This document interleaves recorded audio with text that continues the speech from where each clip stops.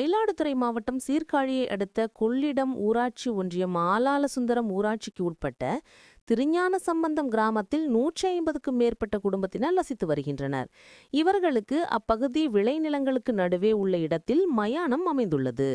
கிராமத்திலிருந்து மயானத்திற்கு செல்வதற்கு இதுவரை சாலை வசதி இல்லை.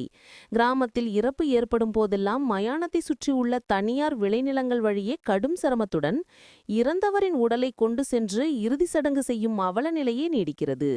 இன்று ஆலாலசுந்தரம் ஊராட்சிக்கு உட்பட்ட திருஞான சம்பந்தம் கிராமத்தில் உடல்நிலை சரியில்லாமல் உயிரிழந்த கனகராஜ் உடலை மயானத்திற்கு கொண்டு செய்வதற்கு அப்பகுதியில் உள்ள சாகுபடி செய்யப்பட்ட விளைநிலங்களில் இறங்கி சேரும் சகதியிலும் கடும் சிரமத்துடன் கிராம மக்களும் உறவினர்களும் சுமந்து சென்றனர்.